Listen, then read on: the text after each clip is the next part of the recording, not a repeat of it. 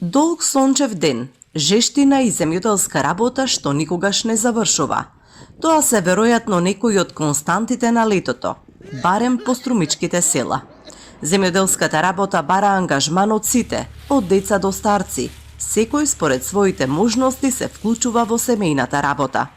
Брачниот пар Ферадови длабоко навлегува во 8-та деценија од животот, но и покрај староста и болестите, сушат пиперки во својот двор.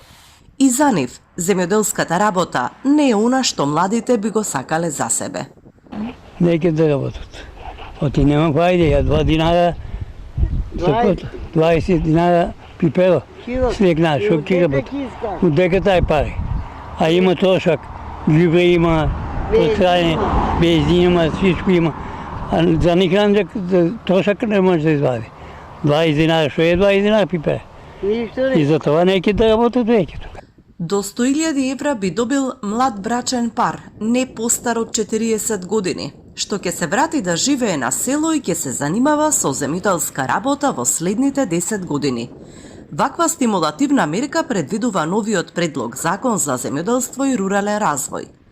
Дали овие пари ќе бидат привлечни за младите да станат градинари и фармери? Возрастните луѓе од Струмичко Банско се скептични дека млад човек повно би се навратил на селскиот и земјоделски живот. Пред се, бидејќи и тие не гледаат перспектива во земјоделството.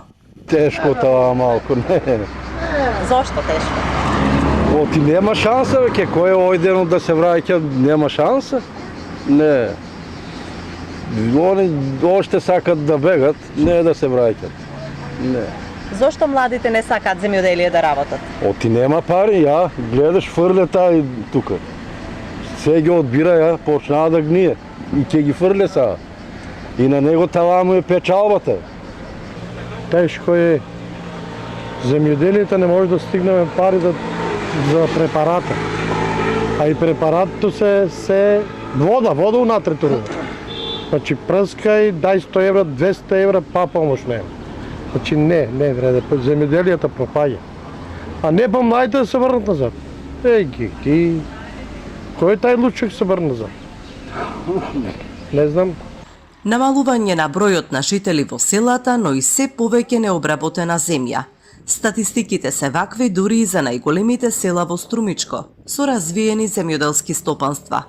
Поразителната реалност е дека младите не се гледаат како земјоделци, а многу од нив и иднината не ја гледаат во земјава. Тоа го покажуваат и се помалите паралелки во училиштата. Банско е едно од селата во Подбеласичкиот регион каде што се уште има живот и земјоделци кои што се занимаваат со раноградинарска работа, особено со помош на топлата вода што извира тука. Но и во ова населено место се поголем број семејства секоја година се исселуваат во западноевропските земји. Министерството за земјоделство предвидува и дополнителни мерки и субвенции за млади земјоделци во своите годишни програми. Веруваат дека со правилен пристап кај младите ќе се врати надежта во земјоделието и дека дел од нив ќе почнат своја земјоделска дејност.